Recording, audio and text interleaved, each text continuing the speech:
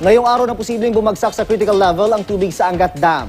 Pag nangyari ito, otomatiko nang ititigil ang pagsusupply ng tubig sa mga irigasyon sa Bulacan at Pampanga. Mula sa May Kawayan, Bulacan, may ulot on the spot si GMA News stringer Romel Ramos. Romel? June, inaasahan na ang pagbagsak sa critical level ng Angat Dam anumang oras ngayong araw. Batay sa tala ng Angat River Hydroelectric Power Plant, ang water level sa Angat Dam ngayon ay 180.3 meters above sea level na lamang.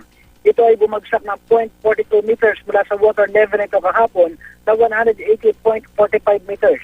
Kaya't inaasahan ng pamuno ng Angat Dam na babagsak na ito sa 180 meter critical level mamayang hapon. Nasa kalahating metro kasi ng reservang tubig ang ibinababa nito kada araw.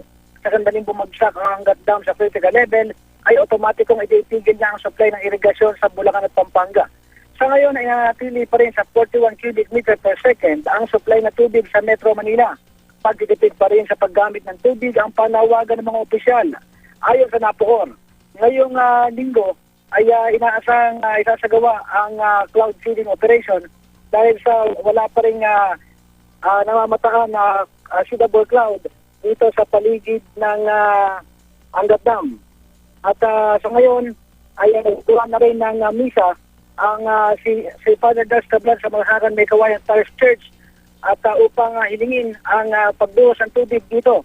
Ayon kay Father Das Cabral ng Diocese of Malolos ay hilingin niya ang Orasio Imperata para sa pagulan sa Angat Dam. June?